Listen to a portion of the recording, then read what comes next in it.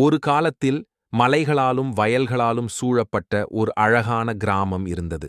அந்த கிராமத்தில் வசித்த ஒரு ஏழை விவசாயியின் பெயர் நரசிம்மன். அவர் மிகவும் நேர்மையானவராக இருந்தாலும் வாழ்க்கை அவனுக்கு எளிதாக இருக்கவில்லை. ஆனால் அவனுக்கு ஒரு பொக்கிஷம் இருந்தது. அவன் மகள் மாலா. மாலா சிறுவயதிலிருந்தே புத்திசாலி, விசாரணை மனப்பான்மை கொண்டவளாக இருந்தாள். மற்ற குழந்தைகள் விளையாடும்போது மாலா நூல்கள் படித்து, இயற்கையை கவனித்து, புதிய விஷயங்களை கற்றுக்கொள்வாள். ஒரு நாள் நாட்டு அரசன் ஒரு அறிவுப் போட்டி அறிவித்தான். யார் நாட்டு மக்களில் மிகவும் புத்திசாலி, அறிவாளி என்று பார்க்க விருப்பமாக இருக்கிறது, அவரை எனது அறிவுக் கோட்டையில் முக்கிய பதவிக்கு தேர்வு செய்வேன் என்று கூறினார். மன்னன் 3 சவாலான கேள்விகளை எழுப்பினார். முதலில், நீரில்லாமல் ஒலி செய்யும் ஒரு பாத்திரம் எது? அரண்மனைக்குள் நிறைந்திருந்த மக்களெல்லாம் வியந்தார்கள். பலரும் வித்தியாசமான பதில்கள் சொன்னார்கள். சிலர் கொம்பு, சிலர் முழு பானை என்று சொன்னார்கள். ஆனால் யாரும் சரியாகச் சொல்லவில்லை. மாலா அமைதியாக நடந்து வந்து மெதுவாகச் சொன்னாள். அது ஒரு காலிகுடம். அதை பிசைலிலும் காற்றிலும் ஒலி வரும்.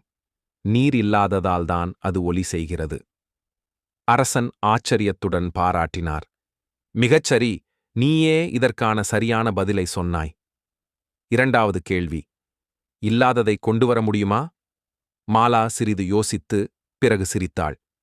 அது நேரம். அதை நம்மால் பார்க்கவோ தொடவோ முடியாது. ஆனாலும் நாம் அதைச் சேமிக்கலாம் அல்லது வீணடிக்கலாம். இல்லாததை கூட நாம் கவனமாக வைத்திருக்க வேண்டிய ஒன்று அதுதான். மன்னன் சிந்திக்க ஆரம்பித்தான். மிக அருமையான பதில் என்று கைகொட்டி புகழ்ந்தார். மூன்றாவது கேள்வி, உண்மை எப்போதும் வெல்லுமா? மாலா தயங்காமல் கூறினாள். வெறும் சொல்லாக உண்மை வெல்லாது. அதை உணர்த்தும் செயல்தான் உண்மையை வெல்ல வைக்கும். உண்மை சில நேரங்களில் தற்காலிகமாக தோல்வியடையலாம். ஆனால் அது நிலைத்தது. பொய் எப்போதும் பயமுறுத்தும், உண்மை நிம்மதியை தரும். மன்னன் திகைத்துப் போனான். இந்த சிறுமி ஒரு பெரிய ஞானியின் அளவிற்கு பேசுகிறாள். அவர் மாலாவை அரண்மனைக்கு அழைத்து, இப்போது முதல் நீ எனது அறிவுக் கோட்டையின் முதலமைச்சர். நீ என் மக்களுக்காக சிந்திப்பாய், தீர்வுகள் சொல்வாய் என்று அறிவித்தார். மாலா தன் அறிவாலும் நேர்மையாலும் தயையாலும் மக்கள் அனைவரிடமும் விருப்பமானவளாக மாறினாள். அவளின் தந்தை நரசிம்மன் பெருமிதமுடன் நிமிர்ந்து நடந்தார்.